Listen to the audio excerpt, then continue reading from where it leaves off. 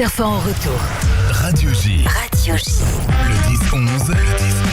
Lise Gutmann. Radio J. Radio J. Cette semaine dans Actu J. Radio J. Et cette semaine, dans Actu J, pour fêter Pessah, on a un nouveau générique. Bonjour Laurent Cohen-Couda. Bonjour Lise, j'avais pas percuté. Voilà, c'est très oui. beau, c'est très très beau. C'est très bien et j'en suis ravie car Actu J, c'est bien sûr le nouveau nom d'actualité juive en ce renouveau.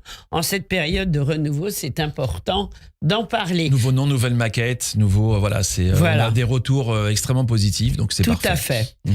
Alors, à la une d'Actu J cette semaine, que je montre quand même pour les auditrices et les auditeurs qui nous regardent, Trump, dealer de taxes. Mais apparemment, la situation évolue très vite, Laurent. C'est la problématique quand on traite un dossier qui concerne Donald Trump.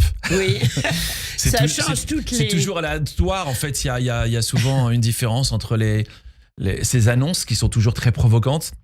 C'est sa façon de communiquer, c'est un homme d'affaires, hein, avant d'être... il a cette façon de communiquer dans les affaires qui est extrêmement, j'allais dire, violente. Donc il y a des annonces qui sont très fortes et puis des fois ça retombe un petit peu comme un soufflet. Il l'avait dit pour l'enfer à Gaza par exemple. Aujourd'hui, on attend toujours l'enfer de sa part, on ne l'a pas trop vu venir. Là pour la guerre des douanes... On ne l'a pas vu venir du tout, au moment où on parle. Tout à fait. Oui. Exactement. Donc la guerre des douanes, comme on l'a mis, aurait-elle lieu avec, oui, un point d'interrogation, comme on met très souvent. Nous, au moment où on sort le journal, évidemment, on s'interroge sur ce qui va se passer. On a du factuel sur lequel on travaille. Et ce qui nous intéresse, c'est d'analyser les conséquences de propos comme cela, au niveau économique, mais également au niveau politique et géopolitique. Parce que du coup, on l'a vu même avec la bourse aux États-Unis qui a pris une claque monumentale. Donc voilà, ça a un petit peu tout bousculé.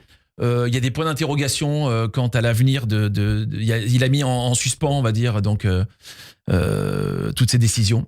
Donc on verra bien comment ça va évoluer. Voilà, nous dans le journal, on revient sur les secteurs impactés. On revient donc une interview de Julien Rothman, qui est président de la Chambre de commerce et d'industrie Israël-France. Donc voilà, qui nous éclaire vraiment sur cette situation et sur les perspectives. Également des antécédents dans les guerres commerciales qui ont concerné le monde, entre la Chine, l'Europe, l'Inde, etc. Donc on n'en est pas une première. Et donc voilà, nous ce qui nous intéressait, c'est de revenir en détail sur tous ces dossiers, encore une fois de façon didactique, pour que les lecteurs soient vraiment éclairés. Et c'est important, exactement. Évidemment. C'est très important. Alors, un autre article qui m'a vraiment passionné, c'est autour de Caroline Yadan contre l'islamisme dans le sport. Elle monte au créneau, Caroline Yadan. Mais oui, Caroline Yadan qu'on aime beaucoup. Qu'on aime beaucoup. On peut le dire depuis le début. Et qu'on salue. Mais oui, certains s'interrogeaient parce que la succession de Meir Habib, etc., elle fait un travail extraordinaire, remarquable. On l'a vu, pour ceux qui l'ont vu, sur l'émission de sport sur RMC. Oui. Et elle disait des choses justes. On est dans un monde, malheureusement, on marche sur la tête. C'est-à-dire, dès qu'on évoque des choses qui sont réelles, c'est-à-dire le sport, c'est le sport. On est dans un pays laïque et a fortiori pour les épreuves sportives. Je sais pas, j'imagine pas un Mexicain venir avec son poncho, son truc, faire un match de foot. Pardon, mais c'est la comparaison. Sauf qu'aujourd'hui, quand on tient des propos comme ça, on est targué d'islamophobie. Et du coup, les gens ont du mal à parler. Elle le fait, elle a dit ce qu'elle pensait intelligemment, c'est argumenté. Et voilà, et donc voilà, Laetitia Henriquez donc a fait une interview extrêmement intéressante de Caroline Yadan, qui explique effectivement qu'on doit lutter contre les dérives communautaristes, parce que derrière tout ça, évidemment, que ça dépasse le cadre évidemment du sport. Bien sûr. Et du communautarisme, c'est de la politique. C'est l'islamisme qui prend beaucoup de place actuellement en France, et c'est à travers le sport. C'est un intermédiaire dont se servent les frères musulmans et autres bien sûr, pour intégrer et pénétrer encore plus en France. Donc, à découvrir absolument. Tout à fait. Caroline Yadan. Et je vois que nous accueillons dans le studio Alexis Lacroix. Vous savez, les embarras de Paris n'ont pas changé, Charlie. Bonjour comment Alexis. allez-vous ? Ça va.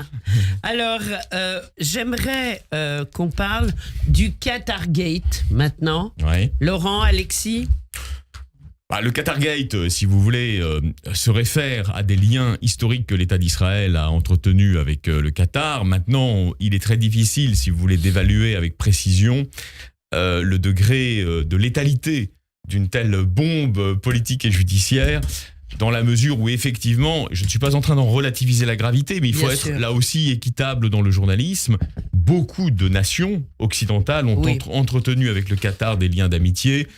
Bon, ce n'est pas pour autant qu'elles sont, comme on le dit parfois abusivement, dans la main du Qatar. Vous Bien voyez. sûr. Alors après, il y a des responsables publics qui sont allés très loin dans certaines démocraties. Ils auront évidemment un jour ou l'autre des comptes à rendre. Évidemment.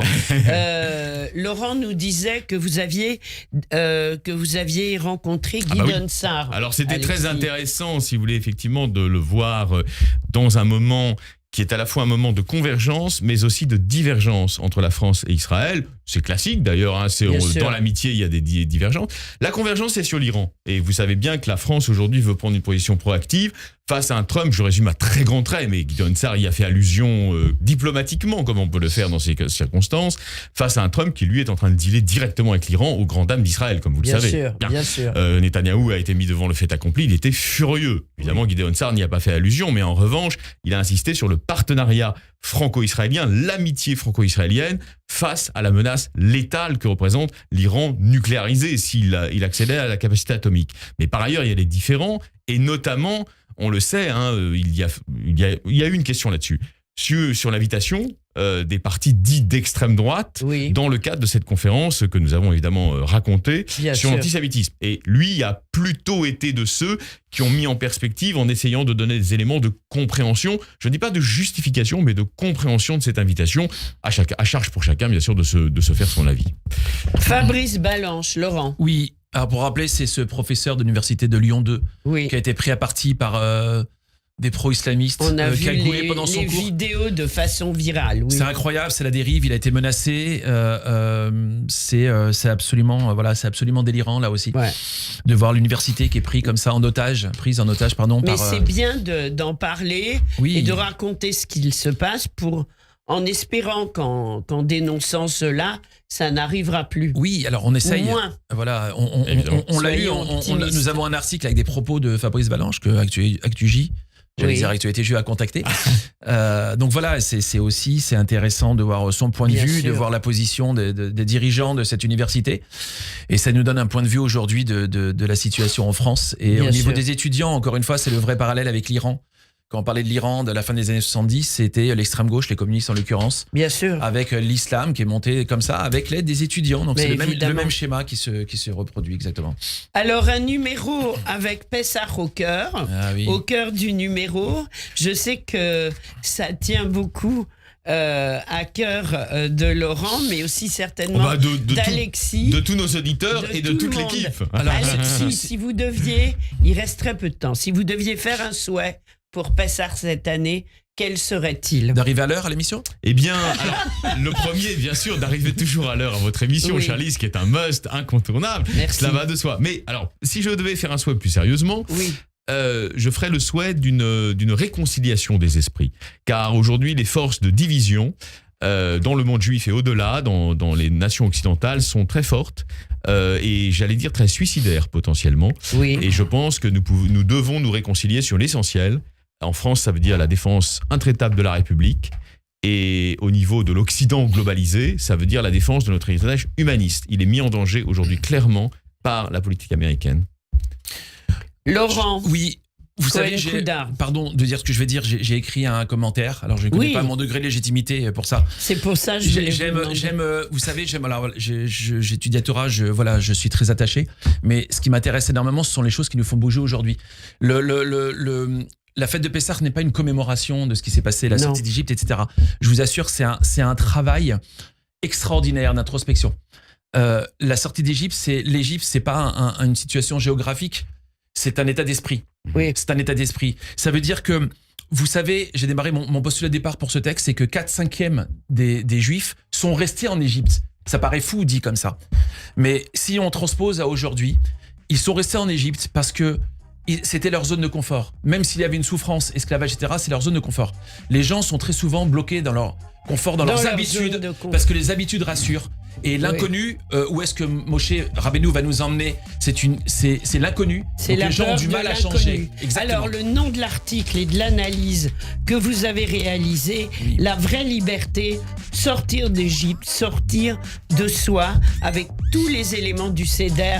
Merci beaucoup pour ces Merci, deux Lise. belles Il y a pages. une dimension spirituelle de cette sortie d'Égypte qu'on Bien oublie sûr. trop souvent, bien sûr, C'est vrai. et Laurent l'a souligné à juste titre. Exactement. Donc Merci un beaucoup. numéro vraiment ActuJ à découvrir avec des analyses en profondeur. On s'abonne, actuj.com. actuj.com.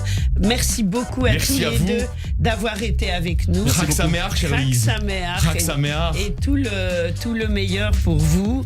Laurent beaucoup. Cohen-Coudard, Alexis Lacroix et bien sûr toute l'équipe d'ActuJ. Nous leur Merci, transmettrons. au revoir. Chak Sameach. Chak Sameach. Radio J. Radio J.